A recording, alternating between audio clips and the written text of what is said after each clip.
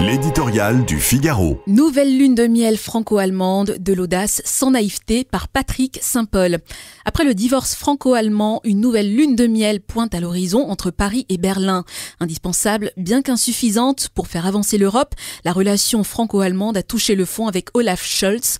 Le courant entre Emmanuel Macron et ce protestant taiseux et renfermé qui a tout gâché de son mandat ne passait pas, avec Friedrich Merz, un catholique rhénan francophile qui s'inscrit dans la tradition de Konrad Adenauer et de Helmut Kohl. La France revient en terrain connu. Pétri de bonnes intentions, Merz assure que la relance du couple franco-allemand est une priorité. Le début de mandat de Donald Trump semble avoir métamorphosé ce transatlantiste convaincu.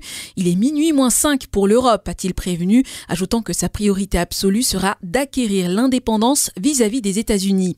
Son constat est aligné sur la vision d'autonomie stratégique d'Emmanuel Macron qui s'impose en Europe avec le désengagement américain.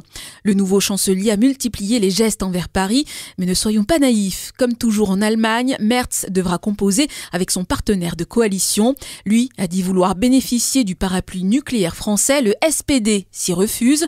Son soutien à l'Ukraine est beaucoup moins tiède que celui de son prédécesseur et il s'est dit prêt à livrer à Kiev les missiles Taurus que Scholz, lui, refusait. Effaré par la montée de l'AfD pro-russe en ex-RDA, le SPD est contre. Avant même son arrivée au pouvoir, Merz a fait sauter le sacro-saint frein allemand à la dette pour investir massivement dans la modernisation de la Bundeswehr. Mais la spirale française des déficits continue d'inquiéter Berlin.